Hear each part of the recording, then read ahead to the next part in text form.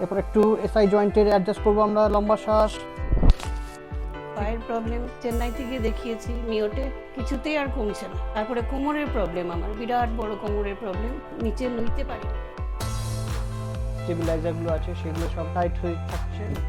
এরপর একটু এসআই জয়েন্টের অ্যাডজাস্ট করবো আমরা, লম্বা শ্বাস, লম্বা শ্বাস, ছেড়ে দিই।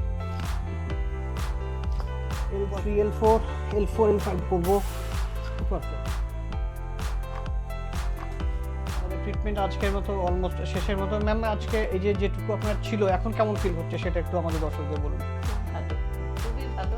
এখানে আসার পরে আমি এত যে তাড়াতাড়ি এত সুস্থ হয়ে যাব, আমি বলছি তো এখন আমার সত্যি মনে হয় যে আমি ডান্স করতে পারবো, যেটা আমার ছেড়েই দিয়েছিলাম সবকিছু।